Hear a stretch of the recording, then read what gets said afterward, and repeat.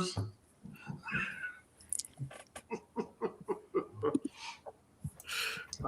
Sarah, if you'll be so kind as to inform on the Substack. I'm watching for it. Chat comes up. We are live on Blue Sky now via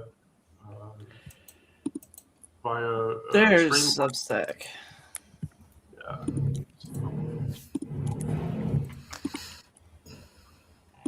Bugs. Come on, Substack. Come through. Come through YouTube. Come through.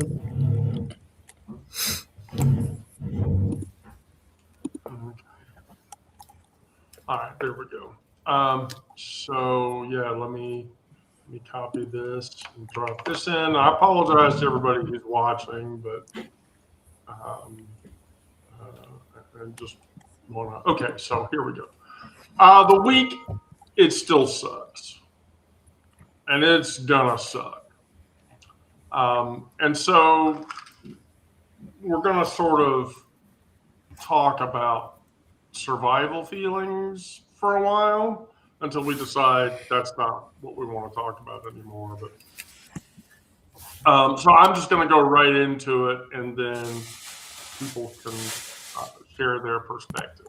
So the starter for this is we can learn to work and speak when we are afraid in the same way that we have learned to work and speak when we're tired. For we have been socialized to respect fear. This is incorrect, but more than our own need for language and definition. And so while we wait in silence for the final luxury of fearlessness, the weight of silence is what will choke us. And so following that train of thought, fear is a visceral and vivid experience. It's like shoving a penny in the back of your mouth and tasting that metallic copper, sensation when, especially as a trans person, deciding whether to use a bathroom in a gas station or not. There's fear that's involved there.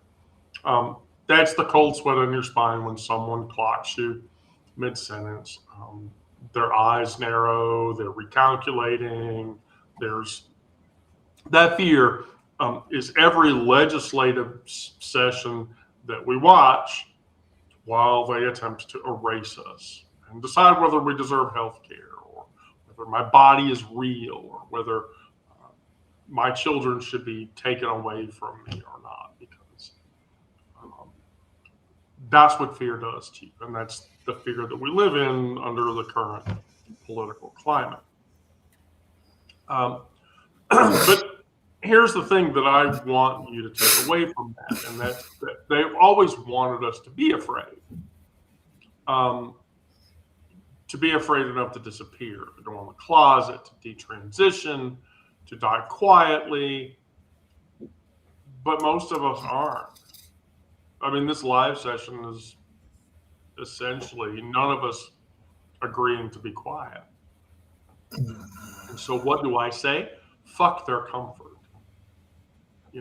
I'm afraid they'll fire me. I'm afraid my family will abandon me. I'm afraid I'll be murdered for existing. Those are all things that I am legitimately afraid of.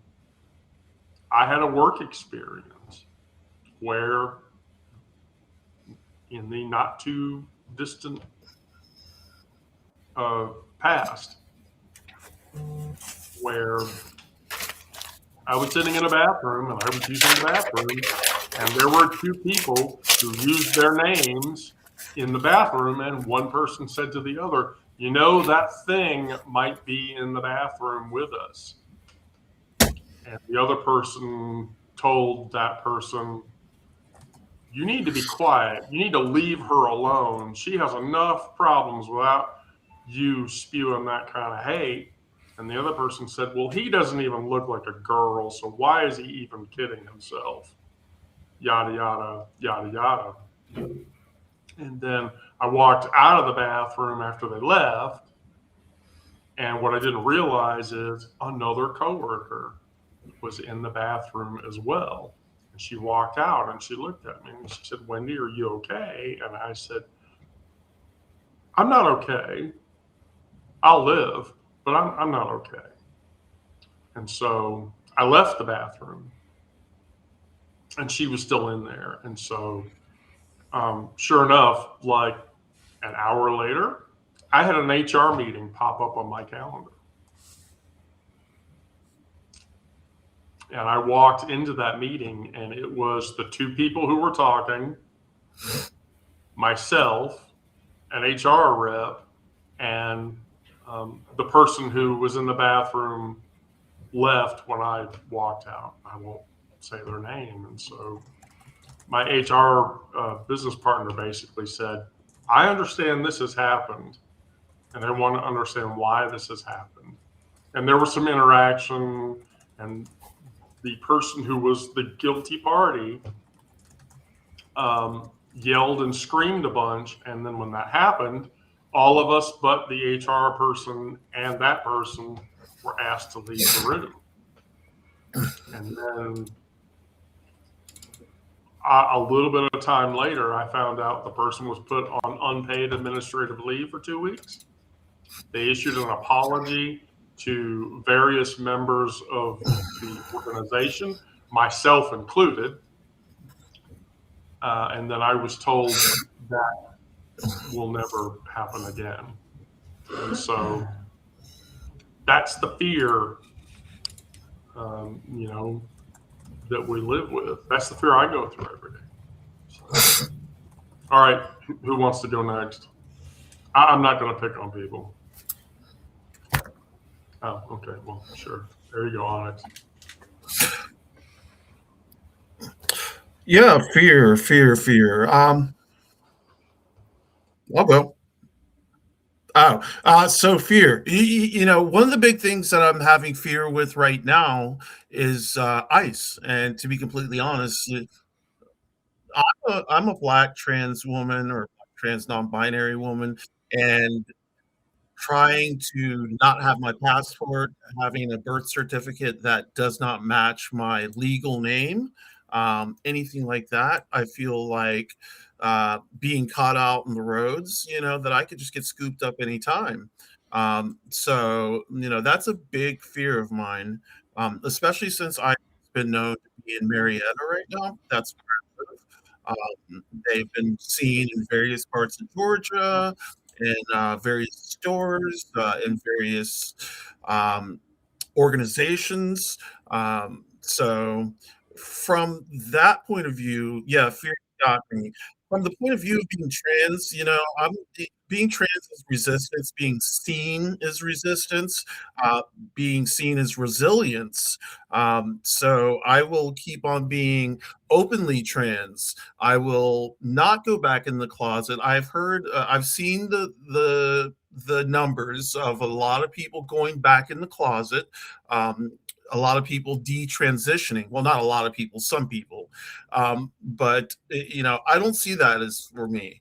Like, I've been out long enough, and I feel like I'm going to have to stay out in order to uh, not necessarily le- legitimize myself, but to show myself that I can say "fuck you" and um, continue to live my life.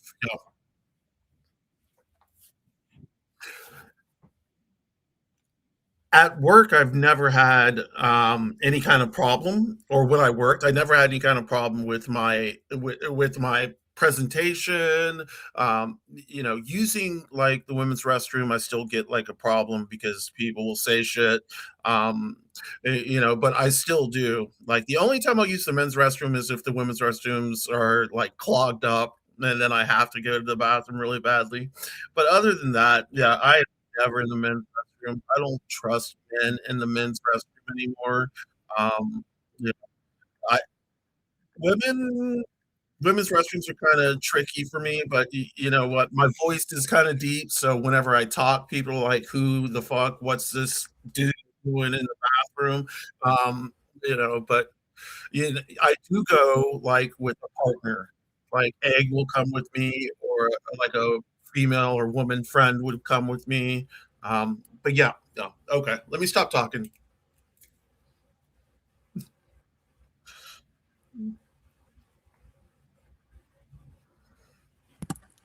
Wendy, Now I'm we're gonna gonna pick. pick on people. No. Yeah. So, on the bathroom fear thing, I've there's all this propaganda about us being predatory in bathrooms, and like none of that is based in reality. And the facts are that um, we're much more likely to be the victim of that kind of assault than a cis woman is, and um, the like they they are at risk, but it's not from us; it's from cis men. We have the same predator, um, and the only place that, or the only bathroom I've been assaulted in was a men's room. um, but that was like pre-transition, and I just wasn't manly enough. So because the bullies were clocking me even before my egg cracked. So, um, but like that on the as far as fear goes, like I had a conversation with my mom um, a few months back, and it was about some of the online harassment that I've received, um, which y'all have too. It's slurs and threats and all of that stuff, and I share some of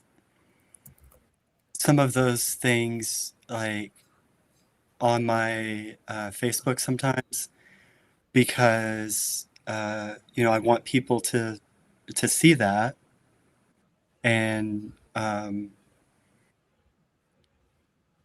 hopefully uh, call to account their friends or family or whoever who perpetuates that kind of thing. Excuse me. But my mom and I were talking, and she was like, when I first saw you posting about being trans, about issues you face, saw the things that you write about, um, I was really worried for your safety. Um, but then I realized that if you don't speak up for yourself, no one else is going to either. And so I think that's an important part of fear and facing fear is that, um, we have to face it. We have to speak up. And as we speak up, that's how we gather allies to speak up when we're not there.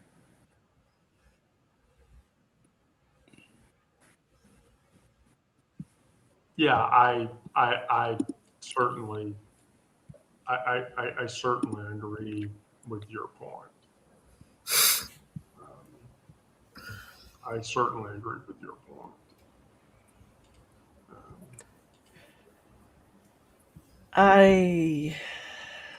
Without touching on the political stuff, I feel like my fear has been replaced with rage. And that's basically what's sustaining me at this point. That's yeah, I can't verbalize it any more than that. So your fear is replaced by rage and anger. Mm-hmm. Does that happen because of your inability to act? Probably. Or your fear that what action you can take won't have an impact? Yes.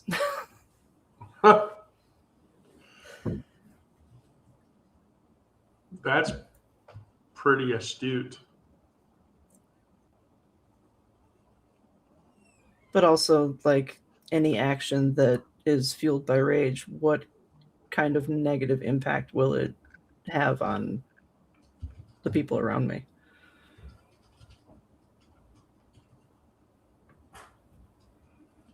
Because anything that's fueled by rage is not going to be pretty. It's not going to be organized. So I guess fear of that. I don't necessarily think that's something that you should be afraid of. The other members of the band can comment, but especially if you channel that in the right direction, I don't know if that's something that's worthy of being afraid of. Therein lies the problem. The channeling, is that the... Yes. Yeah.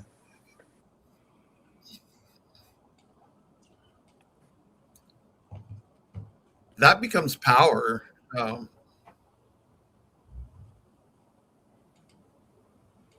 I certainly agree with that. Yeah, I think so. It's the channeling part, the focus that may be needed, and that's hard to do when you're in a heightened emotional state. I kind of I mean, some of my fears are related to ice, but not necessarily for myself. I just fear for what they're doing and what part they're playing in what could be a civil war. But and of course then it becomes, am I going to be labeled as a domestic terrorist and that kind of thing?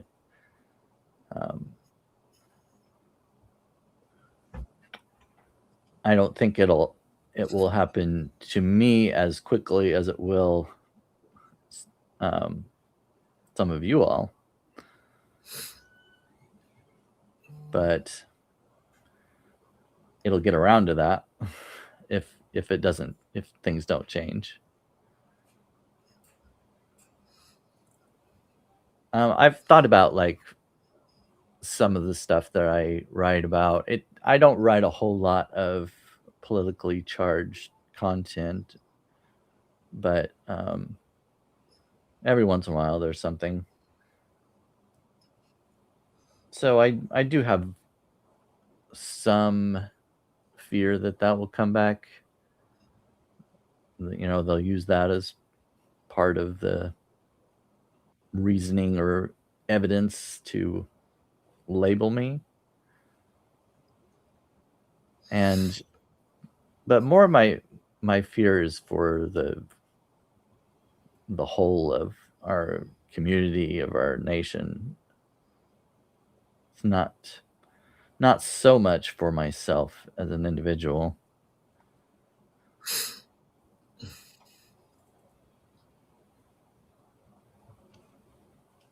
I think what you're suggesting is valid.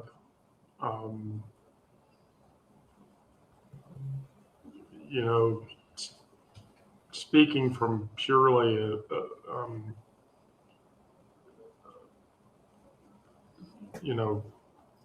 middle of the road perspective,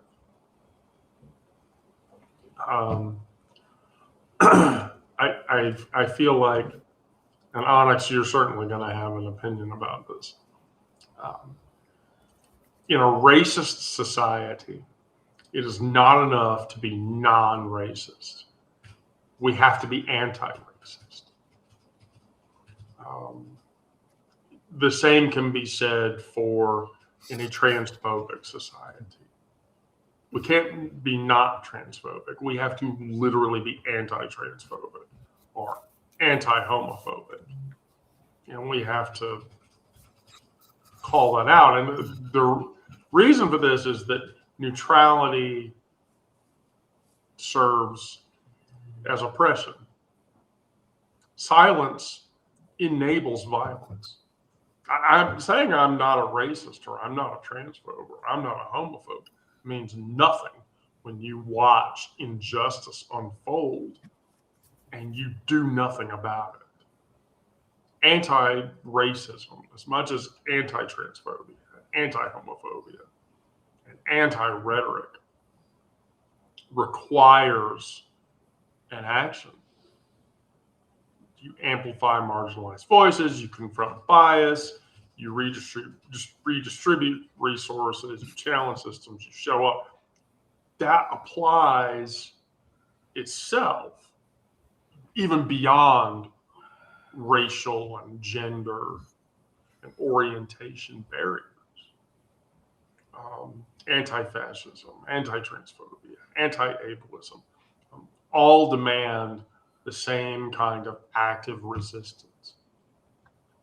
You just check yourself every day. What did I do today to try to dismantle that oppression?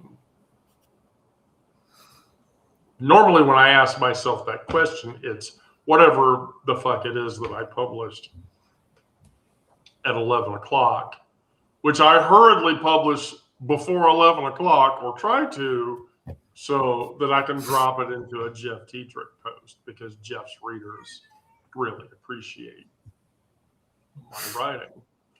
But ultimately, if the answer is nothing, if I answer nothing, then I have to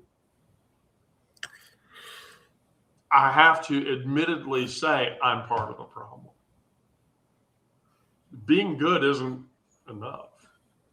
Being kind isn't enough. Being actively, relentlessly, inconveniently opposed to every hierarchy that crushes my human dignity, everyone else's human dignity, that's the work that I have to do, that any of us should do.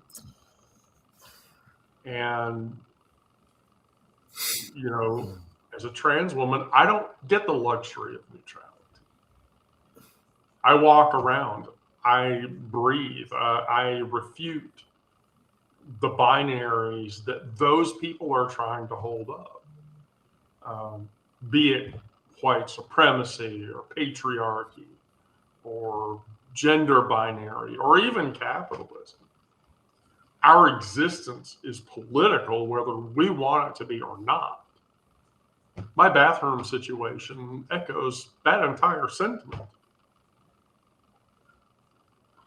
So, and we have to be fair. I mean, we live in a world where currently fascists are organizing, and they know our names, and they know our addresses, and they know our medical records.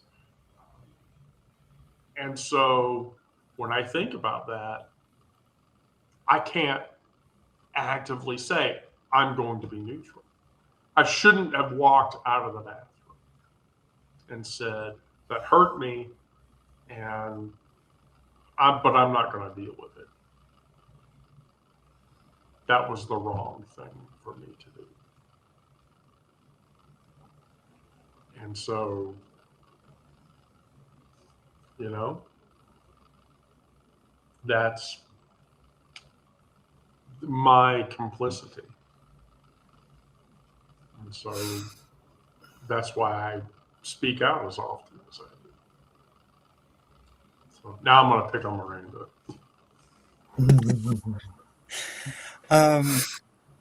Yeah, so I think something that we should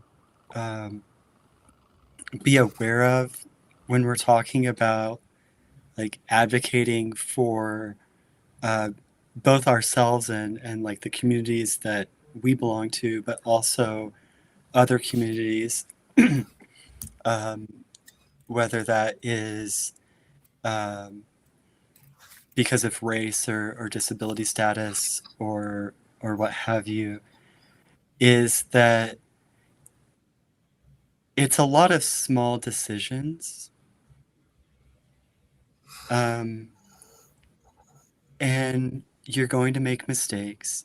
And there are times when even if you've spoken out 10 times in a row, you're going to, like let it slide that 11th time because you're tired of speaking out, or you don't feel that you have the strength in the moment.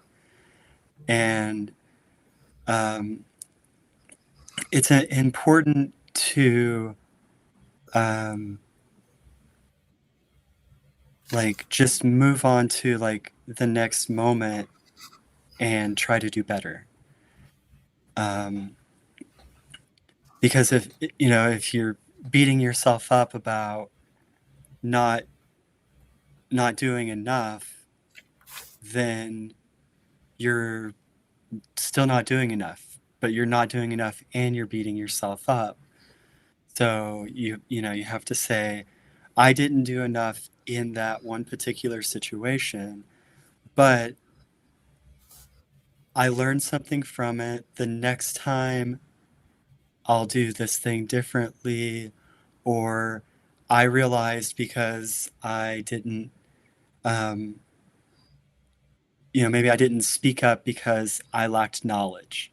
I see a lot of that where it's like, well, I can't speak up for trans people because I don't know trans issues. Well, the answer then is learn about us, like ask questions and like seek out the resources that can help you be a better advocate for different groups of people.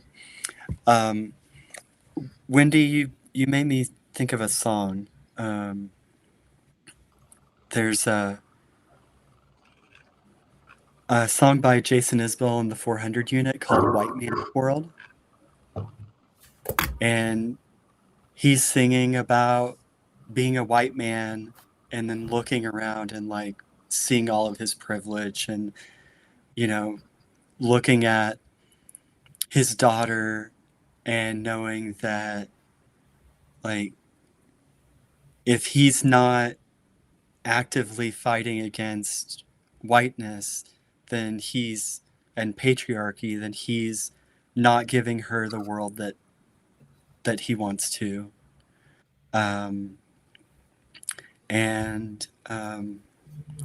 There's a particular verse where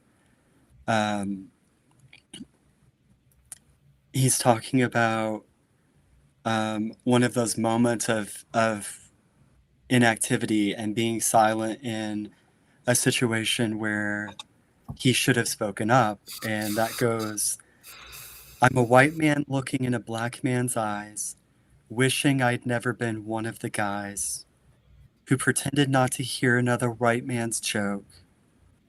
Oh, the times ain't forgotten. So,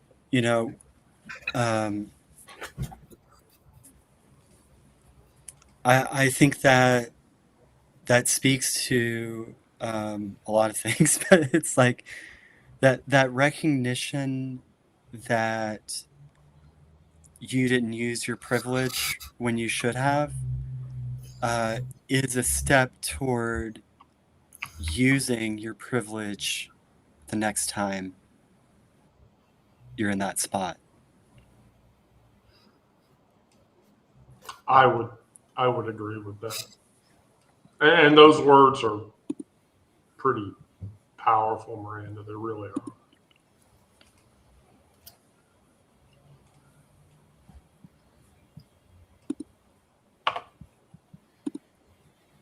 She'll eventually see, right?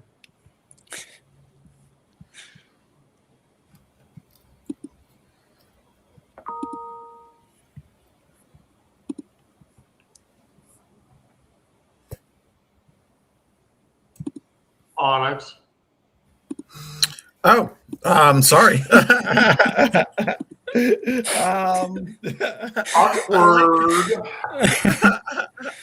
I like the idea of admitting your mistake. Yeah,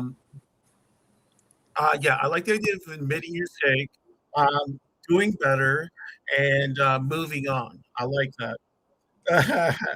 I as a once again as a black trans person, um in an interracial relationship.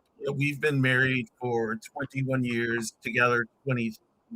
um we both had to navigate what it means to be both black and her to be white, for her to confront internal biases, of since I was the first black person she dated, and her family wasn't used to dating, her bringing home a black person.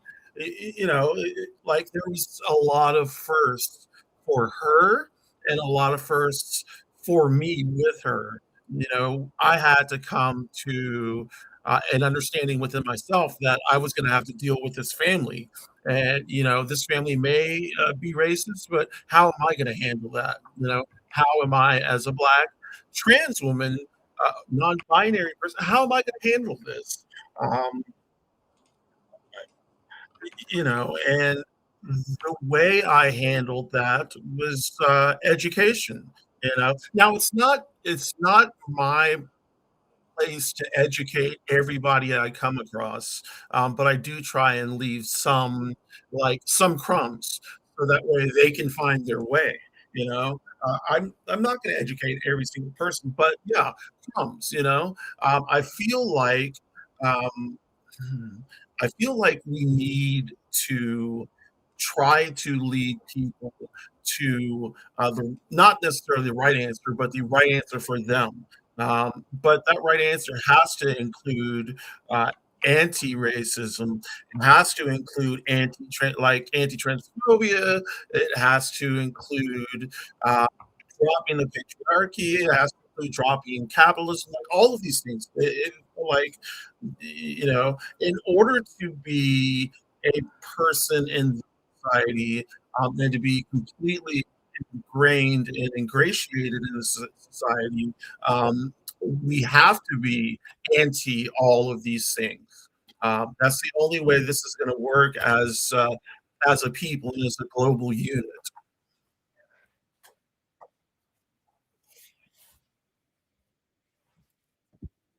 I like what you said about crumbs there, because it's like we do have different impacts on different people, and you can't always be the one who's teaching them James Baldwin necessarily, but Right. you can help them get moving in the right direction with your positive influence. Brandon. As far as kind of learning and doing better next time, as Miranda was saying, it reminded me of I wrote an article about racism published earlier this week, and it was about an experience I had when I was a child, and wishing I could go back and do more than what I had at the time.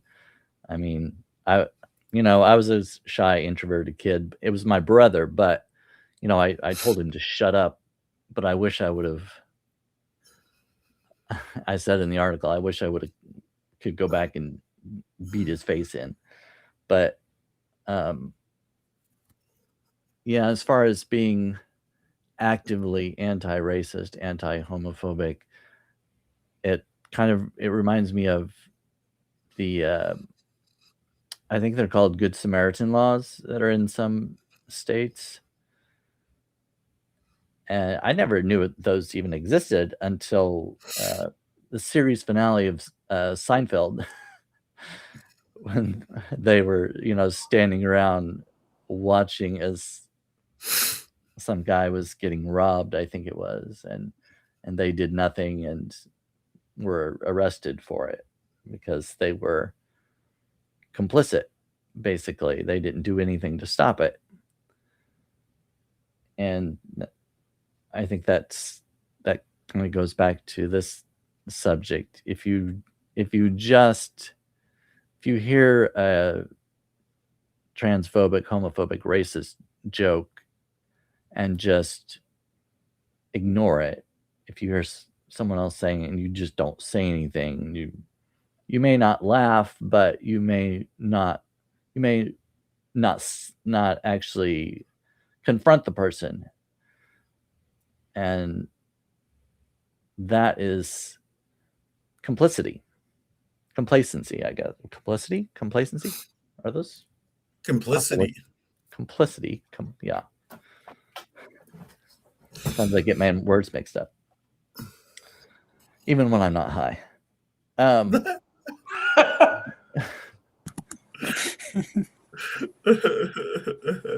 Oh, Complacency, complicity.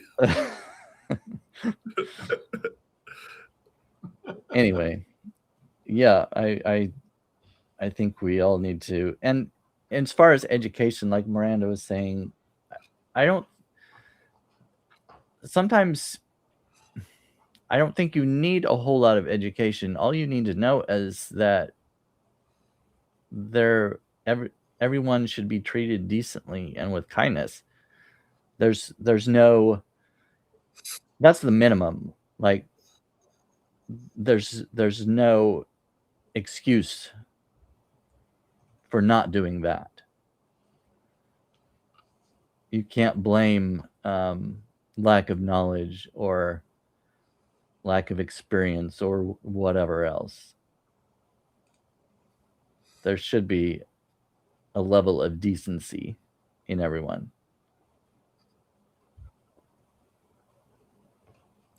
well, Hate is taught. I would readily agree. You were saying, Oh, hate is taught. Everybody, yeah. like when you're born, it's not hate. There's like, Yeah. yeah. I mean, I guess you really just have things to add because, yeah, the idea of people being ignorant of trans issues, it's a cop-out. Because, I mean, every adult has a concept of human rights and decency. And, I mean, we all know what the golden rule is. If you don't want to be treated that way, why treat somebody else that way? I ran into a similar instance with my mother-in-law. We got into a pretty heated argument. She didn't understand my stance on what was going on with the stuff in Palestine. And it's like, she says, oh, it's complicated. Well, what's complicated about children being targeted? There's nothing complicated about that.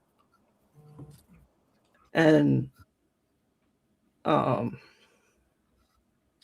I know I'm kind of skipping around a little, but like when I was growing up, I was always taught, like, believe none of what you hear and half of what you see. So to me, that means like somebody can talk about how much of an ally they are to any group of people, but if their actions don't reflect that, their words have no power.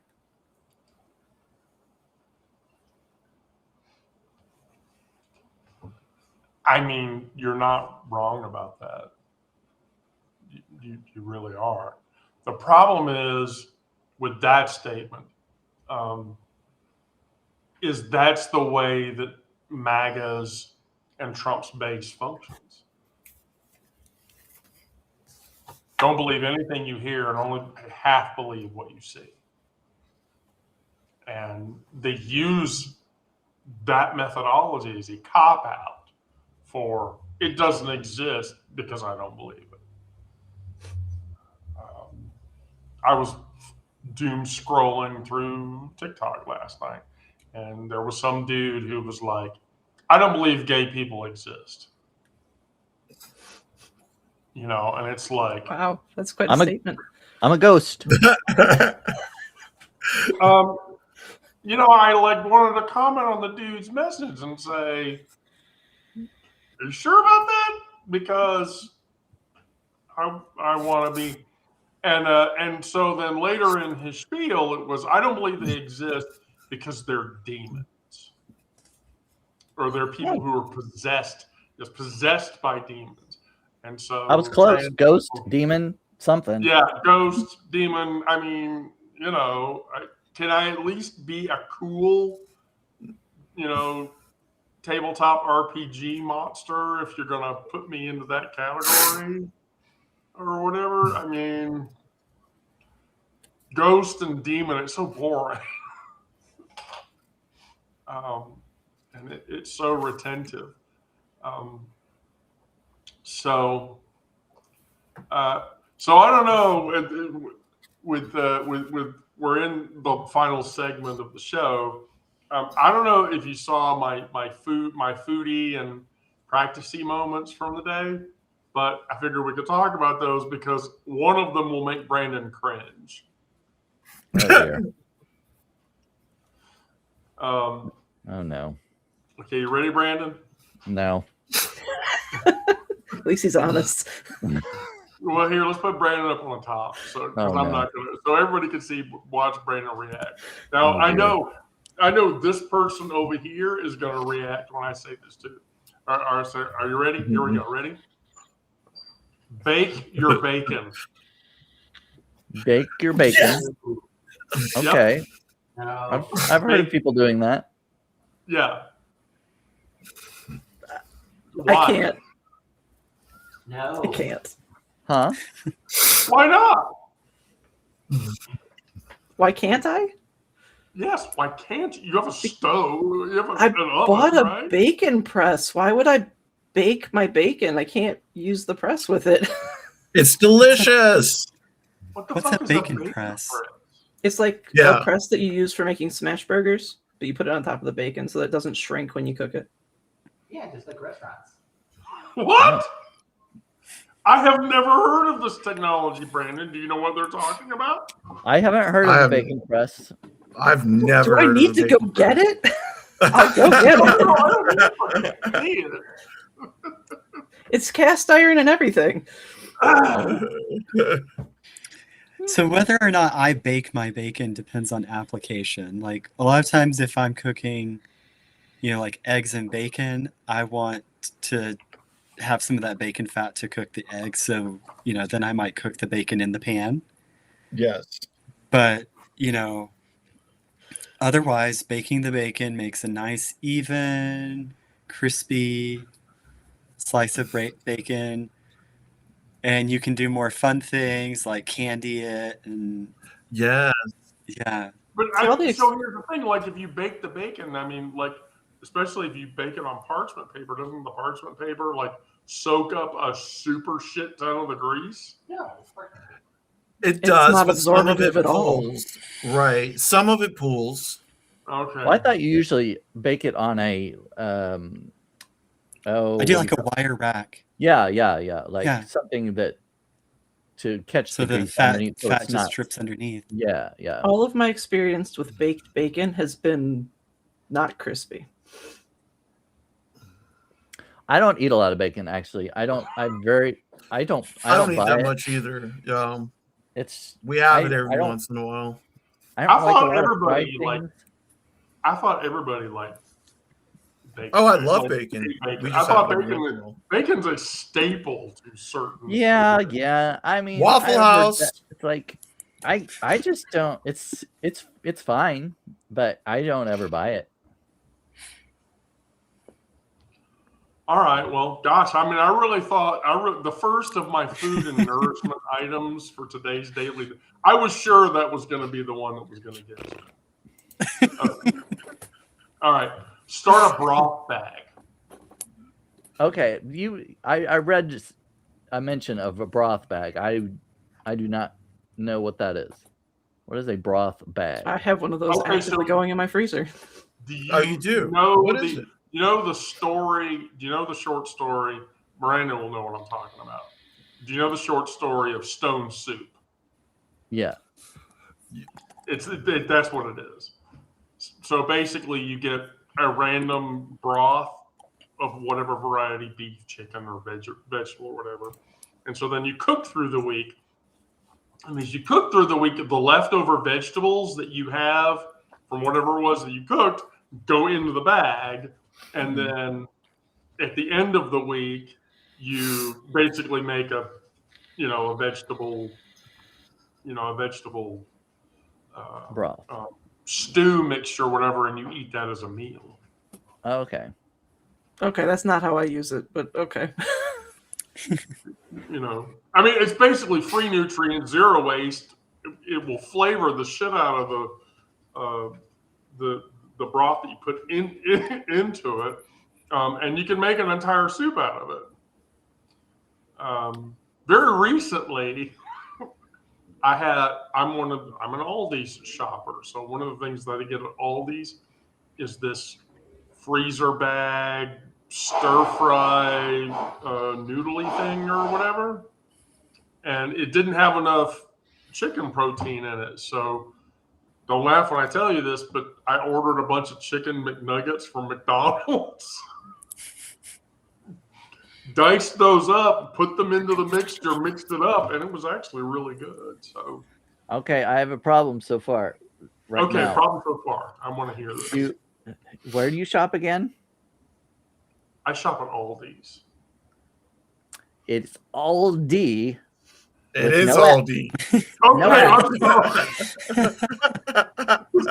Oh my God! I feel like you're judging me now. As soon as he said I have a problem, I was like, yeah, he's about to do the pedantic thing, and it's going to be Yeah. Right?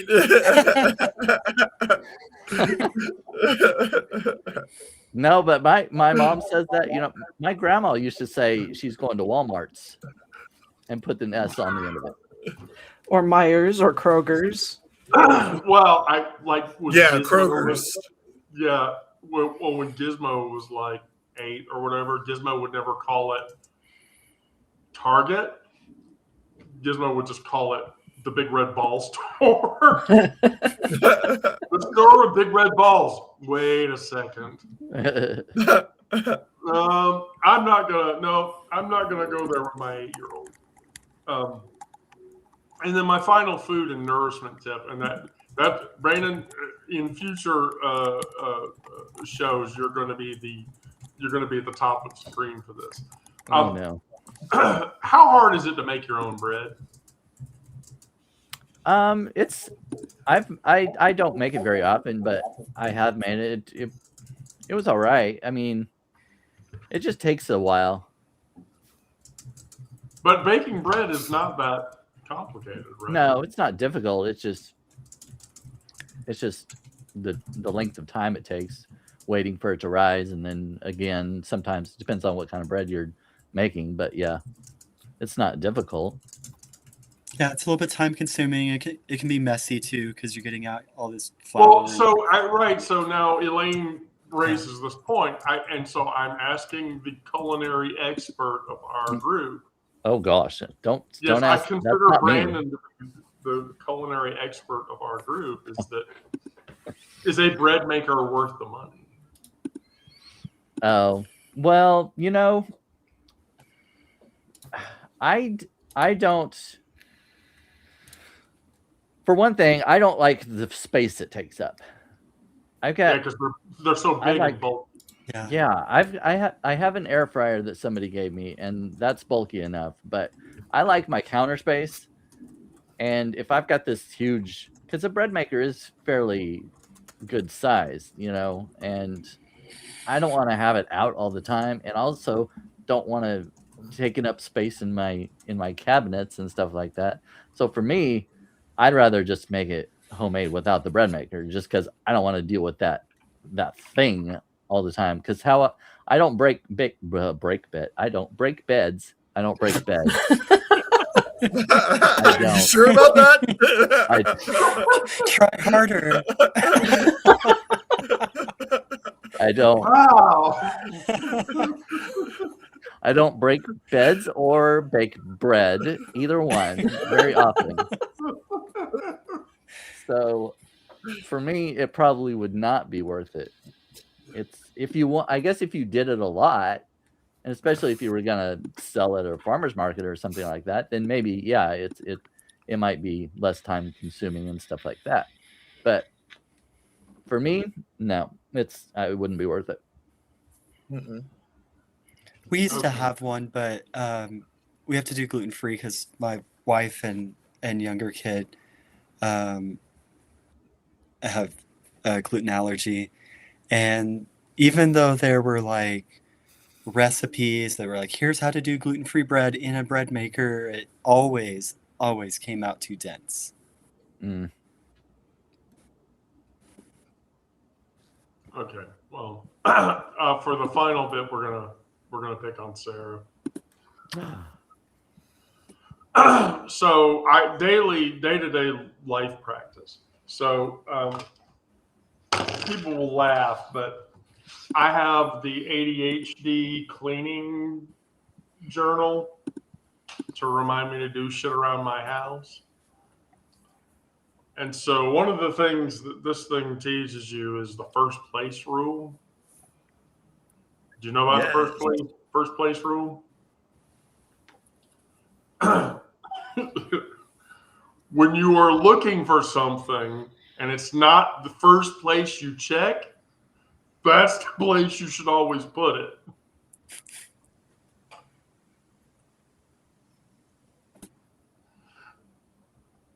Pure logic. If you go looking for something and the first place you check it's not there, that's where you should put it. That makes sense. Now, if it's on the floor, that's probably not a good place to put it. Or in seasonal clothing. Wait, you put shit I make in the piles seasonal on the floor. clothing? Sometimes I put my keys in my winter coat. Sometimes they just get left in the pocket. Okay.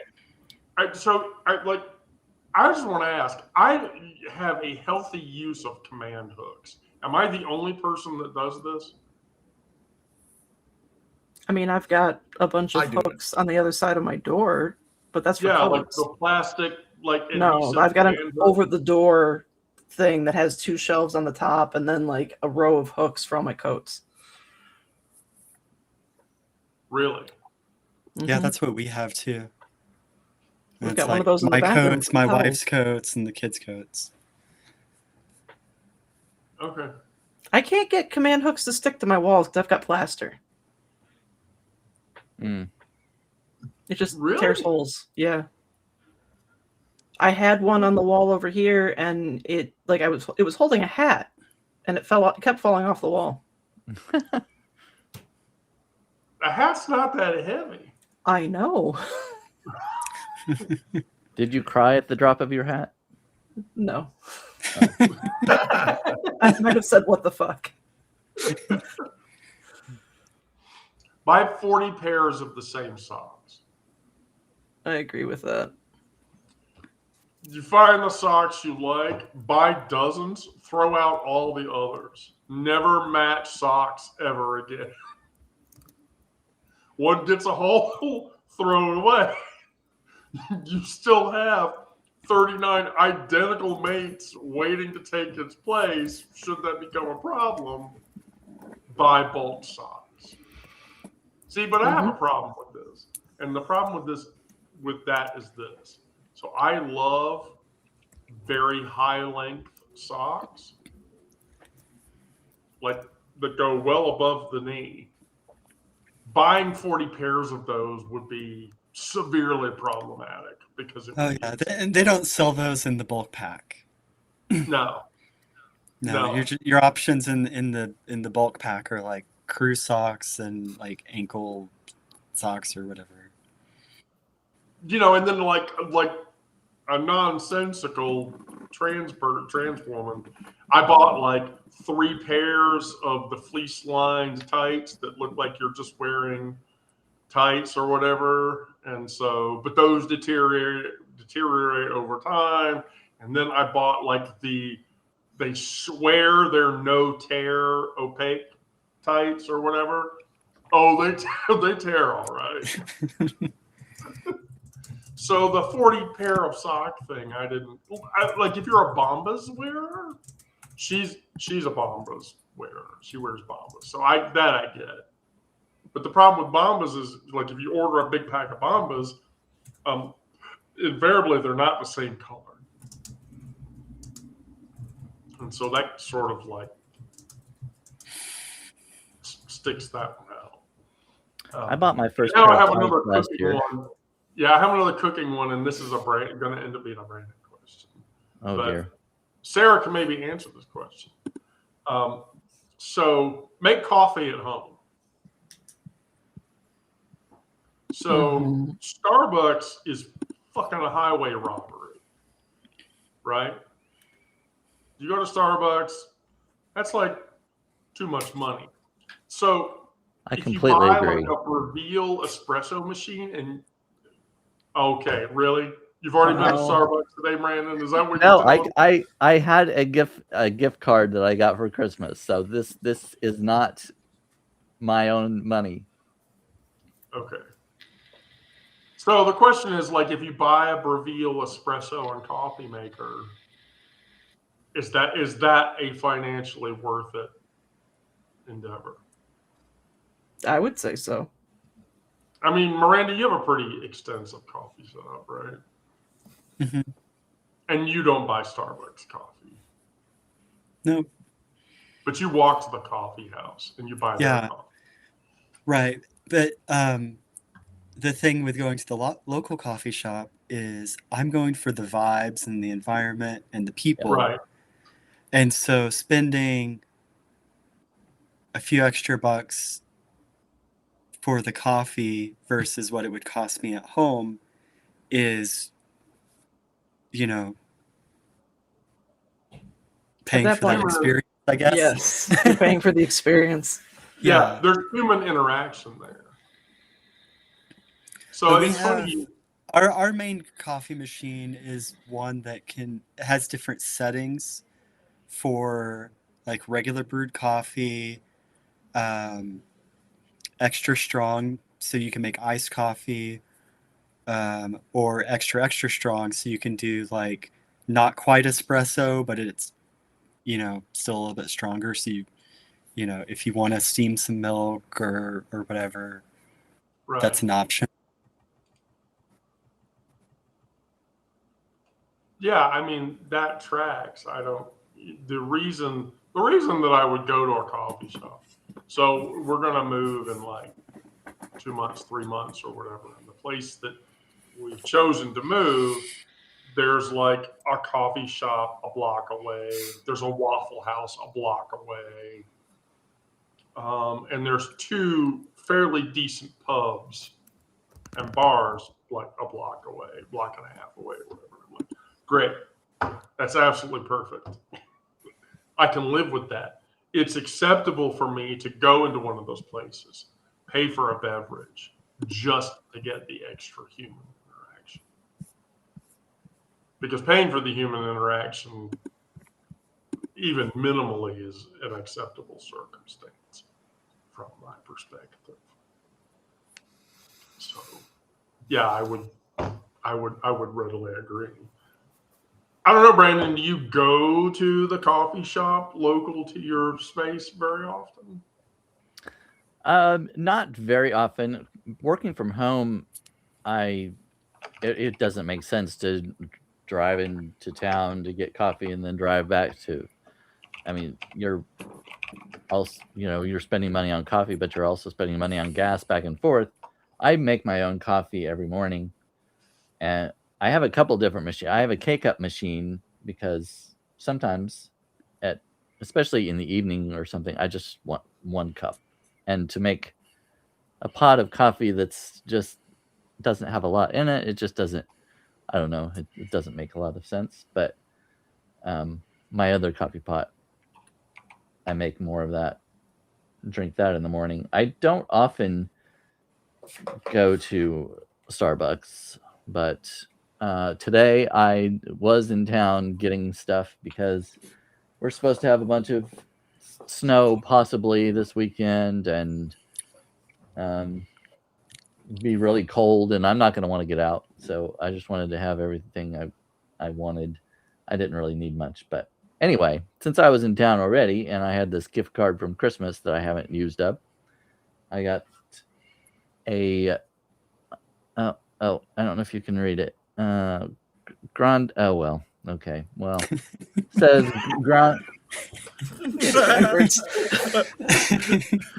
grande white chocolate mocha. And I Well, okay, really hold do on, like hold on a second. what? You're drinking a white chocolate mocha. Without peppermint? So with oat milk. with oat milk. Okay. That's literally, if I drink coffee at Starbucks, that's literally the only thing I drink. Oh yes. See, Although I do- most of the time, because I have a, what the fuck? Oh, my phone dropped. Jesus Christ. She's over there just throwing things around again. Yeah. Sarah, I'm going to have to ask you to shut the fuck up. Oh, I thought you were going to ask me to leave.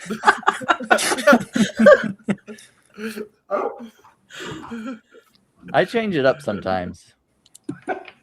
I mean, my coffee solution at home is...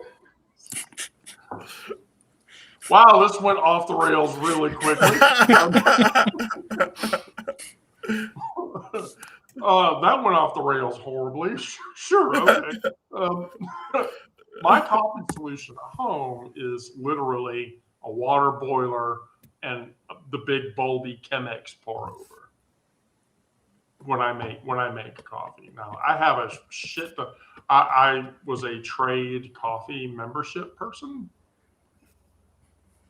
You know, I had the trade coffee membership or whatever, where they sent me 2 bags, and for like a year, so I have like a whole shit ton of unopened coffee. Of bean stale bags. coffee. Yeah.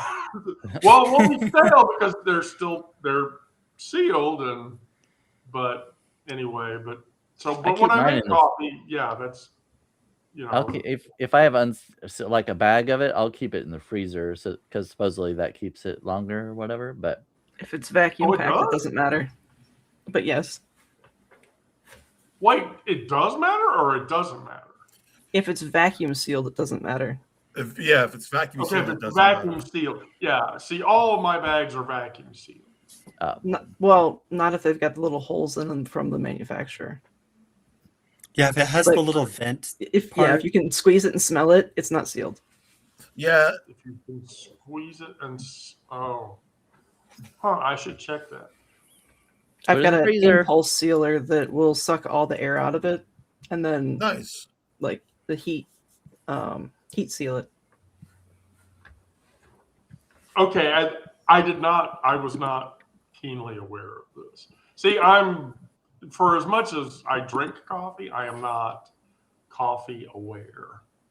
Of course, I I know spent a week people- in Miranda's apartment, and she makes great coffee. So. I know people like that Sarah was talking about that suck all the air out of the room. Yeah. Sure about that?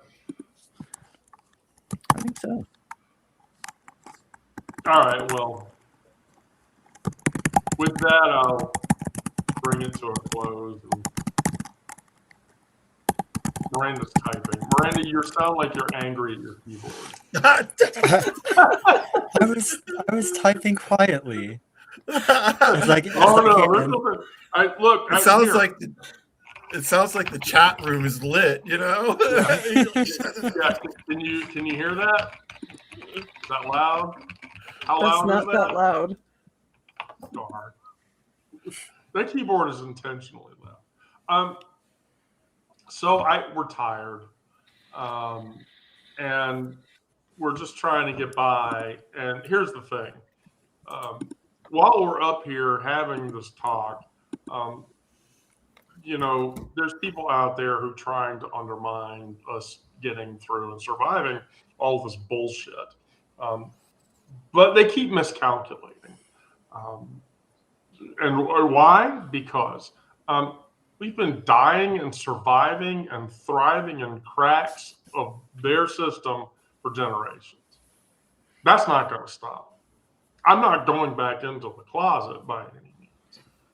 But that doesn't mean that I can't find a space in a location where I feel safe enough to express myself. And so, you know, we know how to hold each other when the state won't. And that's the long game. It's not the comfortable one. It's not the one where we get to rest, but it's the one where we become ungovernable. That every act of care and sedition, where our existence, messy, imperfect, and defiantly visible, becomes the crack that splits their foundation.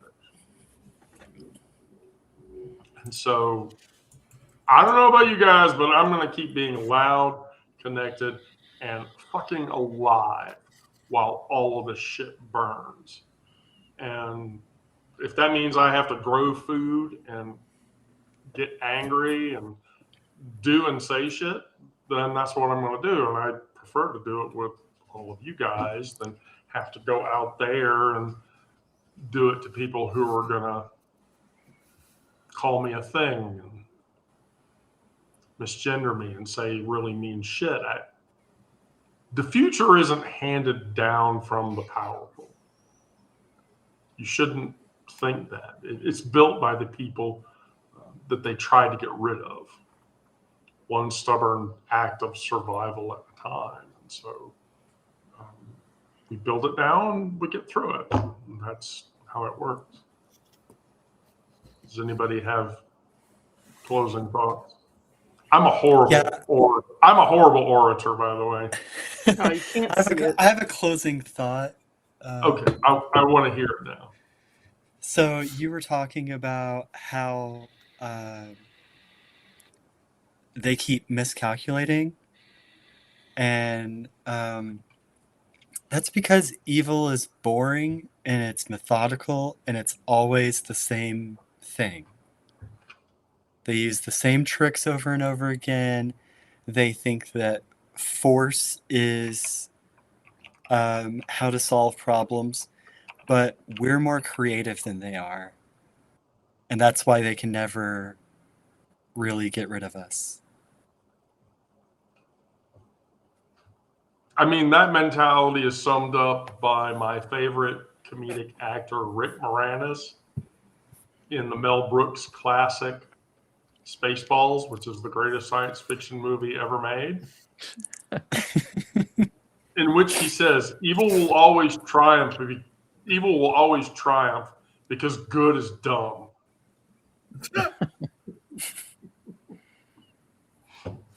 Now, ultimately, when he says this, it is within moments that he hits the self-destruct button on Mega Maid, causing her to explode and evil to actually lose. But yeah, they miscalculate because they expect our complacency. And we won't be complacent. I mean, I'm not going to be complacent. I wouldn't expect either of the four of you to be complacent either. Complacency is not fun anyway. The only thing I'm going to be complacent in is this being a problem. Yes. Right. Yeah, I agree 100%. So, in closing, I can do this again tomorrow at 1 o'clock. Do you guys want to do it? Yep, let's do it. Sure, why not? It's Friday. Not sure. Oh, not sure. But we can tee it up with 4 people. I'll have another good topic, I promise. I literally, the Daily Digest it's taken me like a long time to get the Daily Digest into like the form that I think people like or that people want. And I'm almost down to like, I've hit that sweet spot. So from a topics perspective, I maybe should have realized this like 8 months ago, but I didn't. So, oh well. Anyway, all right. Well, Miranda, Brandon, Onyx, and Sarah, thank you, all 4 of you, for. Don't listen to her. Don't make the noise. Don't make the noise. Don't stop making the noise.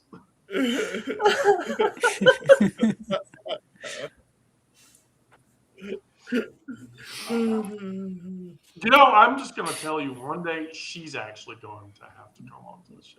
Ugh. And I can't wait for that to happen. All right. To everybody watching, thank you for participating. We'll be back tomorrow at 1 o'clock, whether we have the whole band or not. And we'll be talking about the same things. I'll make Brandon laugh and cringe at my food nourishment suggestion. Well, Wendy, if you decide to get loud and angry, just try not to do it at Aldi's. All these nuts.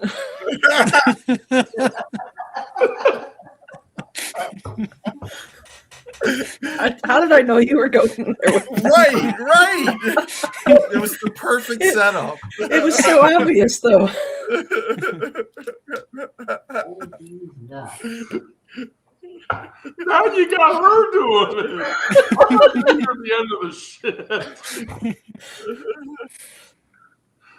Oh, okay. To everybody watching, be good, do good things, stay safe out there. We can't do this without you guys watching. I can't do this without the band, which I never want the band to break up. Let's just promise never to break the band up. That's how we'll get through it. I'm not going to be Murrow, but I will say good night and good luck.